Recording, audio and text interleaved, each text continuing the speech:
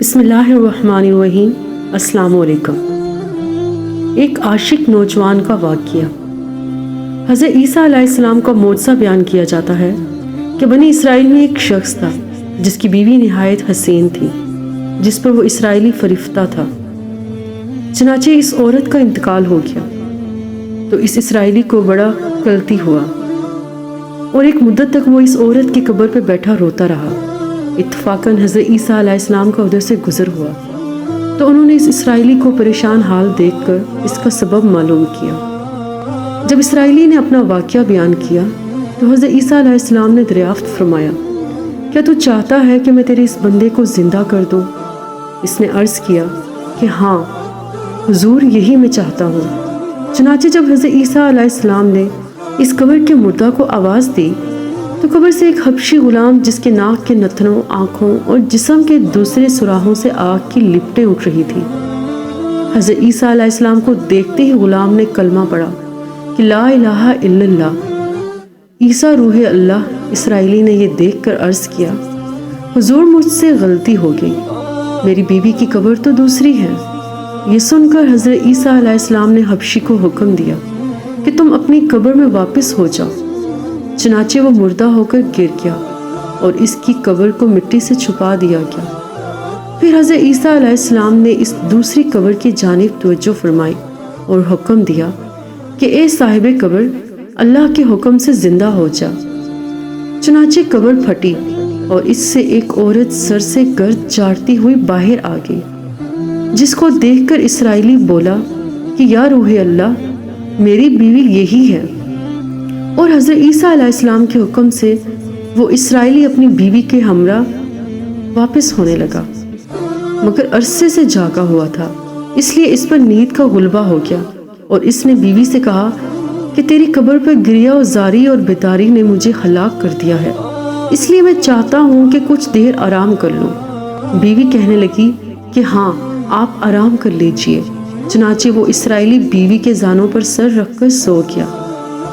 اتنے میں ایک گھوڑے پر سوار ایک شہزادے کا ادھر سے گزر ہوا جو اپنے زمانے کا ایک حسین تھا، جس کو دیکھ کر شہزادی از خود فریفتہ ہو کر رہ گئی اور اس کا دل قابو میں نہ رہا۔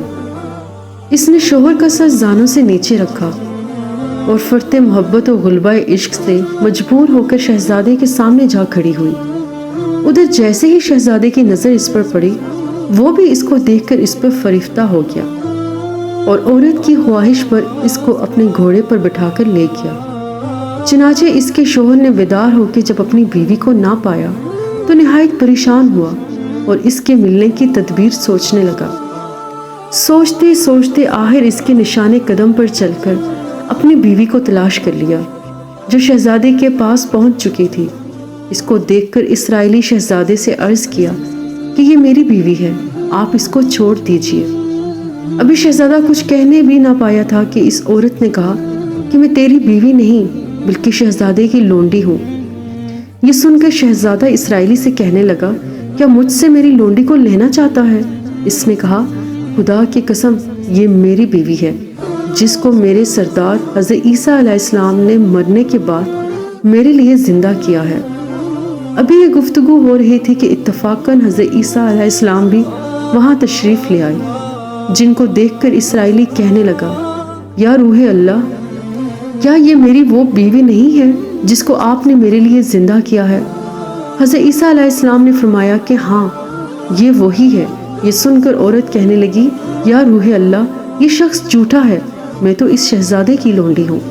حضرت عیسیٰ علیہ السلام نے فرمایا، کیا تو وہ عورت نہیں جس کو میں نے اللہ تعالیٰ کے حکم سے زندہ کیا ہے؟ عورت نے کہا، یا روح اللہ، باخدا، میں وہ نہیں ہوں۔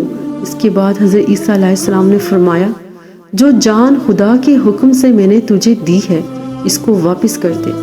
یہ سنتے ہی وہ عورت پھر مردہ ہو کر گر پڑی اور حضرت عیسیٰ علیہ السلام فرمانے لگے کہ جو شخص ایسے آدمی کو دیکھنا چاہے جو کافر مرا تھا اور زندہ ہو کر ایمان لایا، تو وہ اس حبشی غلام کو دیکھ لے جو پھر ایمان کی حالت میں مرا، اور جو کوئی ایسے شخص کو دیکھنا چاہے جو مومن مرا تھا پھر اللہ نے اس کو زندہ کیا اور وہ کافر ہو کر حالت کفر میں مر گیا تو وہ اس عورت کو دیکھ لے۔ اس واقعہ کو دیکھ کر اسرائیلی نے قسم کھائی اب کبھی نکاح نہیں کروں گا، اور میدانوں کی طرف نکل گیا جہاں اللہ تعالیٰ کی عبادت میں مصروف رہ کر اسے موت آ گئی۔ اللہ تعالیٰ اس پر رحم فرمائے۔ باہ والا حکایت الصالحین۔